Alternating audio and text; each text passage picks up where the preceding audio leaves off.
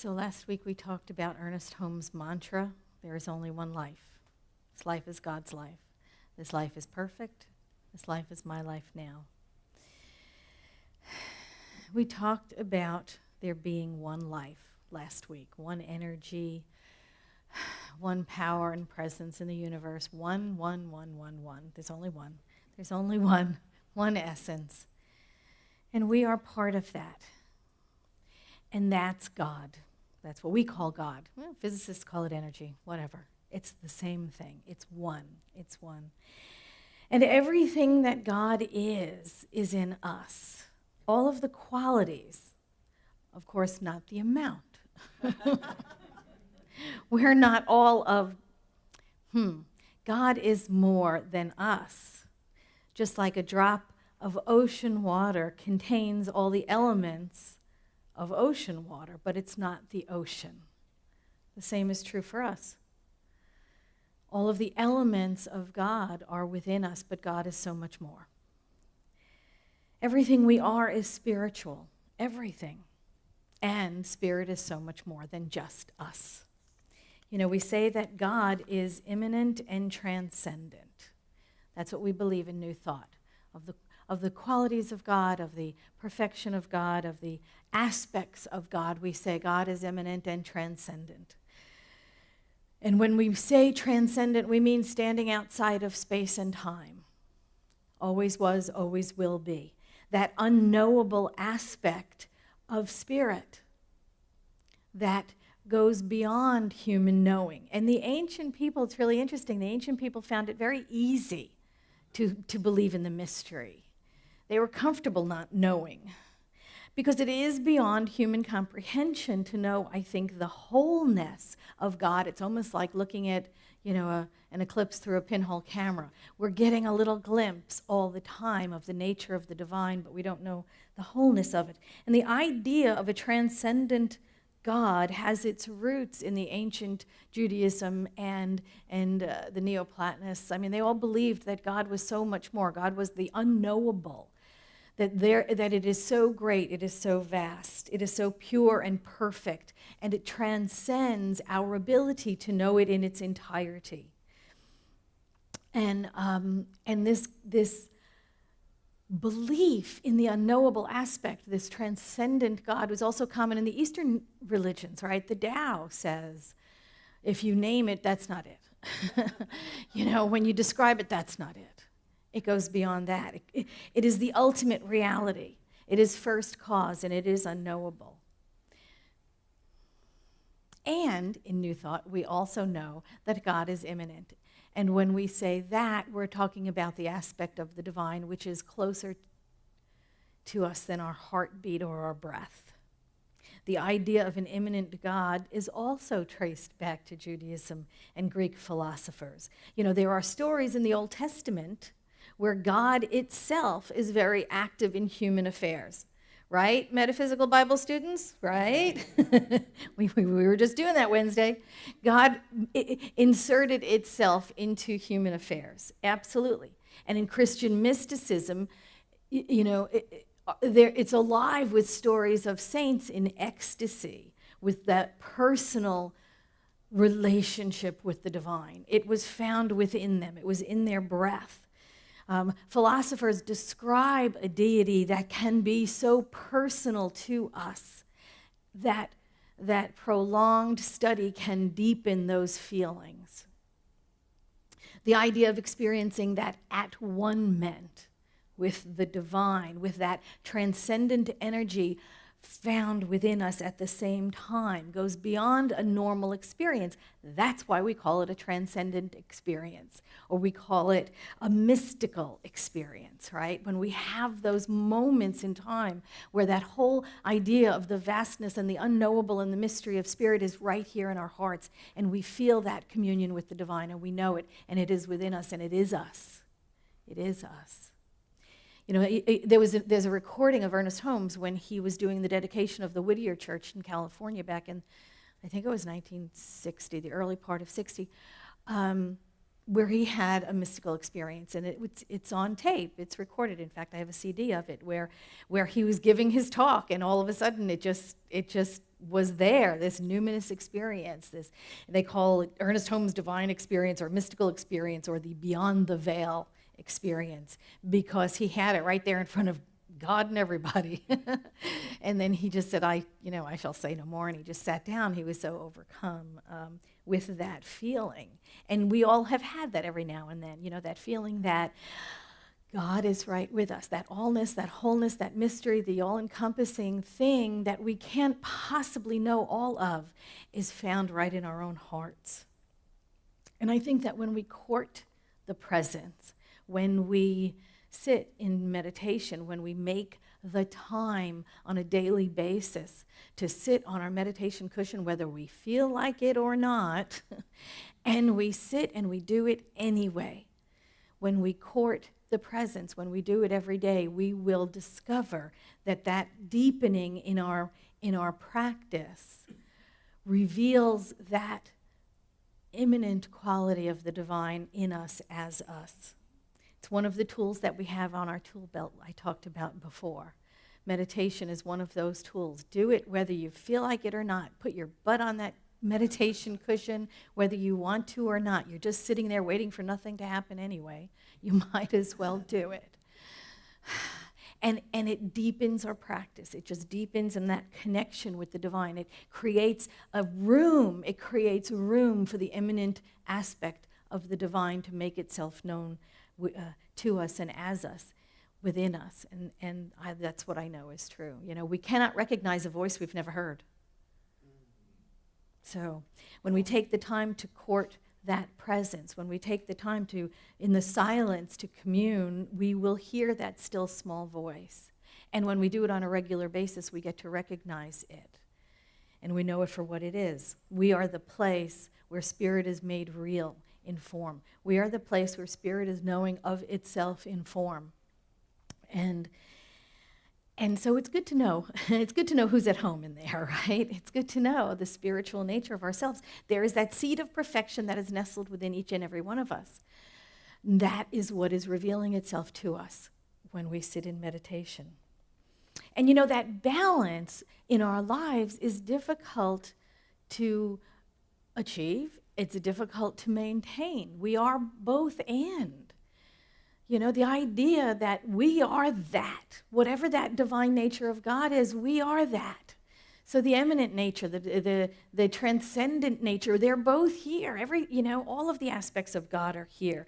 And it's so difficult to achieve balance. And I think that's one of the qualities of God, and that's what we strive for. And when we are out of balance, we feel it, don't we? When we're out of balance, we just feel it. There is that tension in our lives because God's quality is balance. And when we are out of balance in our lives, when we are all absorbed and all involved in the physical and all involved in things at the physical level, we know we're out of balance. And when we are so spiritual that we're of no earthly use, we know we're out of balance there also. So it's a matter of being both and we are the people of both and, are we not? We are a practical spirituality, so it's about living that greater life of God. It is about going within and hearing and knowing that greater life for us. We are God made flesh. The Spirit lives within us as us. We are here to live that greater life of God. We are here to do the big work. We are here to keep revealing our greater nature, keep revealing our greater nature and our better yet to come and our highest good. Giancarlo Menotti said this.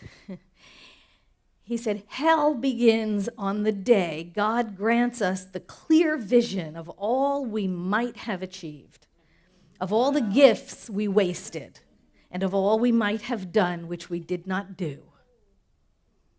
We don't have the luxury of languishing in not knowing. We are the balance of the spiritual made physical. We use our practice, our meditative practice, our prayer practice, our affirmative practice to identify our greater yet to be. What is our next adventure? What's it going to be? The idea of an immanent and transcendent God lives within us. And more than that, it lives as us. So what are you going to do with the great promise of God as your life? What is your next greater yet to be? We are the glory of God in form. What are you doing with it? What are you doing with it? We are so much more than we think of ourselves as. So what is your next great adventure as a representative of God in form? What is your next great adventure? You know, this is Palm Sunday. And we think about Jesus. He was God in form. But he wasn't the exception. What do we say in New Thought? He was the example. He was the example. We recognize Jesus as God in form. And so are we. And so is everything in the physical form. Everything in physical form, in its essence, is the divine. That same energy that runs the tides and the moon and placed the planets in their orbits, that same energy is the energy that beats our heart and breathes our breath and circulates our blood. It's the same energy. It's no different.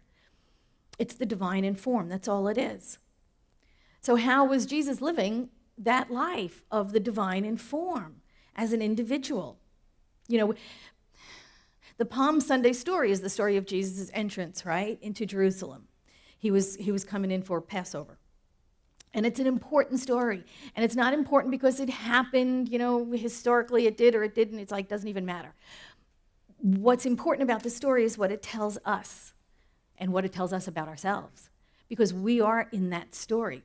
The story is our story. All of the stories in the Bible are our stories. They're all aspects of us. It's like dream analysis. We're every single character in the story. So the Palm Sunday story has several elements to it. And I think of Jesus standing at the gates, standing at the gates of Jerusalem, perhaps standing outside of space and time, perhaps being that transcendent nature of the divine, seeing the past and the present and the future clearly and making the decision to go forward anyway. And making that decision to grab onto that greater life and be it and go with it and do with it what he did, regardless of the consequences. That's how the story is presented. That's how the story is presented. Jesus knew the outcome and proceeded anyway to walk into town. And Ernest Holmes said this. He said, "We cannot live a choiceless life. Every day, every moment, every second is a choice. If it were not so, we would not be individuals." So Jesus nears the city, right? And he stands there and he looks over it and he weeps. He recognizes the things to come, including the destruction of the city at the hands of the Caesar, right? So he looks at the city and he heaves a sigh and he cries. It's in Luke 19:41. "If you, even you, had only recognized on this day the things that make for peace, but now they are hidden from your eyes." And he walks into the city anyway. There he is, God in form, strolling into the city, living the greater life, living from that seed of perfection that was nestled within him. Living the larger life, taking the greater step, being the self-actualized spirit and form that he knew himself to be. And he was a choice every step of the way. So then he goes into Jerusalem, and we know all about it. He goes into the temple and he kicks out the merchants and he was angry, let's face it. He was a little upset. And then there's that other example. There's that example when the next morning he's walking, right? And he's living the life of God. His apostles knew him. They recognized him, right? They recognized him as this greater life. But Jesus was always telling them, yeah, but you are too. He was always saying this, right? These things and greater you will do. So he spends the night, and in the morning he's walking back to town, and what happens? He's a little hungry, he stops by the fig tree. Remember the story, right? Okay, there's no figs on the tree, so what does he do? He gets angry, a little upset anyway. In Matthew 21:19, he says this, "When he saw the fig tree in the way, he came to it, he found nothing thereon but leaves only, and he said unto it, Let no fruit grow on this tree henceforth and forever. And presently the fig tree withered and died." Just like that. He used the power within him. He used that power of intention for destructive purposes. Must have just startled the apostles. Could you imagine? using that power and presence for destructive. I think it's the only place in the Bible where he did. Westboro Baptist Church was wrong. God hates figs.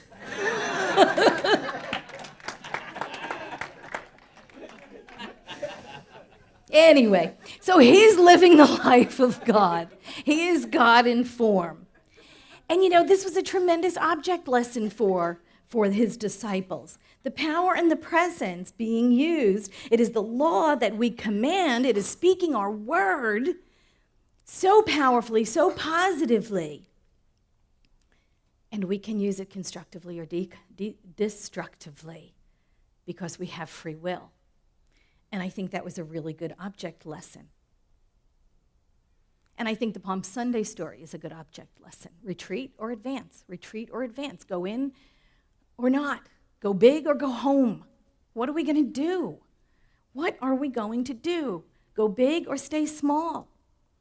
Live God's life. Live, die to the old, be reborn, keep growing. We are God's life in form. We must keep living that greater life of God. We have to keep living out of our power and not out of our fear. There is a teacher, Omid Safi, who was, he taught at a university, I don't remember the name of it right now, but he asked his students what they would do if they had 6 months to a year to live. And his students, most of them, whipped out their bucket lists. I'd go here, I'd go there, I would do this trip, I would take that, I would go skydiving, blah, blah, blah. They had all this, they read off all of their lists, all the things to do if they had 6 months to a year to live. The question was posed again, but the second time, he said, what if you had 6 to 24 hours to live? 6 to 24 hours to live. And the answers were a lot different. The answers were a lot different. They became spend time with my children, or my lover, or my husband, tell my dad how much I love him, spend time in prayer. This one life of God's, we get it, what's important. Jesus stood at the gates of the city and contemplated his future and took that higher road anyway. He could have hot-footed it down to the Sea of Galilee, I'm sure, gotten on a cruise ship and left town. He took the higher road. He took the larger life. He said yes to this greater idea of spirit as him. He made the choice to go big. And we are at choice. And we have to choose to live the whole big life of God as us. We have to make that choice to live that fully self-actualized life. We have to realize we are God in form, that all of the qualities of God reside within us. And we can call upon them anytime, and demonstrate more abundance, demonstrate more wisdom, demonstrate more unity, demonstrate more peace. Whenever we call upon them, they are ours to demonstrate. Meister Eckhart said this. He said, it is your destiny to see as God sees, to know as God knows, and to feel as God feels. How is this possible? How? Because divine love cannot defy its very self. Divine love will be eternally true to its own being, and its being is giving all it can at this present moment. The greatest gift God can give is its own experience. Every object, every creature, every man, woman, and child has a soul, and it is the destiny of all to see as God sees, to know as God knows, to feel as God feels, to be as God is. That is our destiny. We're standing at the gate. We're looking at the city. We're trying to figure out what are we supposed to do next. Do it. Live the bigger life. Don't go home, go big. We were talking at the PRAC meeting yesterday. Paul said something really wise. He said, a year from now, are you going to be sorry you didn't start today? Whatever it is. A year from now, are you going to regret you didn't start it today? I don't care what it is. You're going to clean out your garage? Start with a box. Just one. You don't have to do the whole dang garage today. Do a box. Make a start. You're going to write that book? How many times are you going to be writing that book? 19 times? 1,900 times? Go home, write a paragraph. You don't have to do the whole book. Begin today. Update that resume. You've been meaning to do that. Update the resume. Start going for that daily walk, because a year from now you'll be doing 5 miles. Right?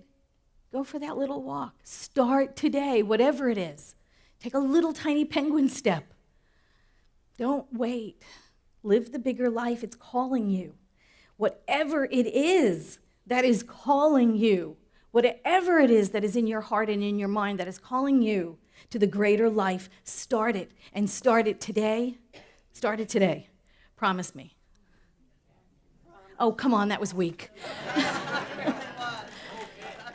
Promise. There you go. Start it today. Thank you so much.